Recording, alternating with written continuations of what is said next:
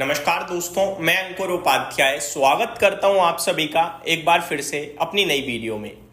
दोस्तों यहां पे आप सभी के साथ बात करने वाला हूं भारतीय बाजार के बारे में, जिसमें आखिरी के घंटे में एक सेलिंग आ गई और ये एंटिसिपेटेड थी। मैंने आप सभी के साथ अराउंड 12:30 वीडियो पोस्ट करी थी। उसमें मैंने आपसे कहा था कि हो सकता है बाजार गिर जाए आपके लिए यहां से, तब 25,300 पे था और उसके पीछे रीजन ये था कि नीचे खुले, नीचे से ऊपर गए और जब हम ऊपर गए ना तो कहीं ना कहीं सेलिंग उसके बाद शुरू हुई। जब गैप डाउन हुए ना तब किसी ने कुछ बेचा नहीं, क्योंकि सबकी लॉन्ग पोजीशंस थी, स्पेशली एफआईआईज की। तो मैंने आपसे कहा था कि आज शाम को एफआईआईज का डेटा बड़ा इंटरेस्टिंग होगा, क्योंकि बीते 2 दिनों से उन्होंने सेलिंग नहीं करी है, पॉजिटिव फिगर आया है, बट पॉसिबिलिटीज है कि आज शाम को जब 25,300 में आ गए थे तो वहां से उन्होंने बेचा होगा, तो शाम को फिगर देखना बड़ा इंटरेस्टिंग होगा। तो मुझे लगता है आज शाम को फिगर बड़ा क्रूशल है कि बेचकर गए हैं, कितना बेचकर गए हैं, या फिर रिटेल ने ही बेचा है। तो बाजार पूरी तरीके से मौका दिया पहले लोगों को निकलने का, क्योंकि स्टॉक्स नहीं गिरे थे। आपने नोटिस करा होगा जब 25,300 निफ्टी खड़ा था और उसके बाद पिटाई पड़ी है। अभी करंट सिचुएशन ऐसी है कि निफ्टी तो 135 पॉइंट नीचे है, सेंसेक्स करीब 500 पॉइंट नीचे है, आधा आधा परसेंट नीचे है, लेकिन मिड कैप और स्मॉल कैप प्रॉब्लम में ज्यादा है। स्मॉल कैप 1% से ज्यादा टूट गया है और अगर मिड कैप इंडेक्स की बात करूं तो 0.7% टूट गया है। वहीं बैंक निफ्टी की बात करी जाए तो 1/3% की बैंक निफ्टी में भी गिरावट आ गई है। मार्केट ब्रेथ भी खराब है, एक बढ़ने वाले के सामने 2 गिरने वाले शेयर्स हैं।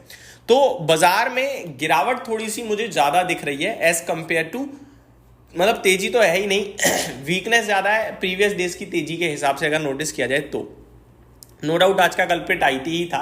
काफी सारे ब्रोकरेज हाउसेस ने ना रिपोर्ट निकाली है आईटी इंडेक्स पे, और रिपोर्ट में ना अलग अलग चीजें कही गई हैं, जैसे कि आईटी स्टॉक्स पे, आईटी कंपनीज पे इंपैक्ट FY 27-28 से आएगा। ये आपको लग रहा होगा यार अभी ये सब हुआ है और 2 फाइनेंशियल ईयर के बाद क्यों? क्योंकि अभी हायरिंग हो चुकी है, मान के चलो अभी हो चुकी है हायरिंग, 3 साल तक वीजा लग चुका है, या फिर पहले से जिन्होंने एक्सटेंडेड वीजा है उनका एंड जो हो रहा है वो 2-3 साल बाद होगा। उसके बाद आपको फ्रेश हायरिंग करनी पड़ेगी, तब वो प्रॉब्लम शुरू होगी। लेकिन अच्छी बात है तब तक कंपनियों के पास समय है, वो वहीं नियर बाय लोकल एरिया से भी हायरिंग कर सकते हैं।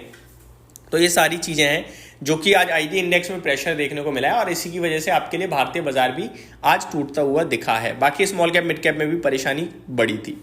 टॉप लूजर्स अगर मैं बात करूं निफ्टी में पॉइंट्स के हिसाब से कंट्रीब्यूशन जिसने दिया है, इन्फोसिस 32 पॉइंट का कंट्रीब्यूशन है, रिलायंस 26 पॉइंट का है, TCS 22 point, HDFC bank 10 point. Almost पूरा बाजार ही गिरा है आज, ऐसा नहीं है कि मतलब पर्टिकुलर कुछ गिरा है, सभी गिर गया है आज के सेशन में देखा जाए तो। प्रॉब्लम थोड़ी सी बड़ी थी।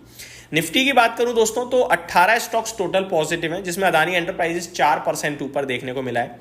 इटर्नल आपके लिए आज 0.2% ऊपर था। एक्चुअली में आज अदानी ग्रुप को अगर मैं छोड़ दूं ना तो बाकी कुछ तेजी में था ही नहीं, एकमात्र अदानी ग्रुप ही अच्छा कर रहा था, बाकी तो ज्यादातर लाल ही था, बड़ी बुरी हालत थी। और थोड़े से आपके हॉस्पिटल शेयर्स में एक्शन पॉजिटिव था।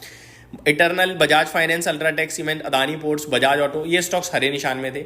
गिरावट को लीड आज आईटी स्टॉक्स कर रहे थे। टेक महिंद्रा, टीसीएस ये 3-3% नीचे थे।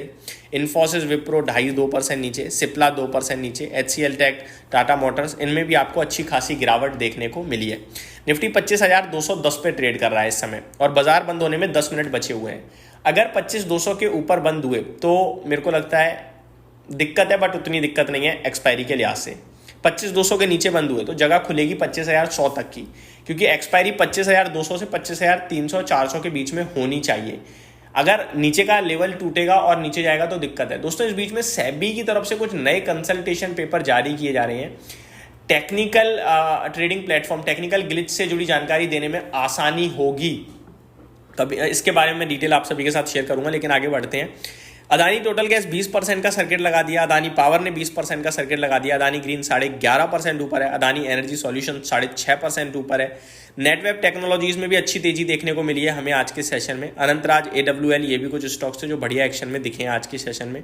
हुडको, मान्यवर, इनमें भी बढ़िया तेजी थी आज के सेशन में। रिसेंटली लिस्टेड स्टॉक आज अर्बन कंपनी का शेयर एक दिन के दौरान तो 10% तक ऊपर चला गया था, लेकिन अभी एट द एंड बिल्कुल फ्लैट होता हुआ दिख रहा है, लाल निशान में फिसलने की तैयारी में है। वहीं रिसेंटली लिस्टेड स्टॉक्स की बात करी जाए तो आज के सेशन में देव एक्सेलरेटर भी 5% ऊपर गया था, अभी 3% ऊपर खड़ा है।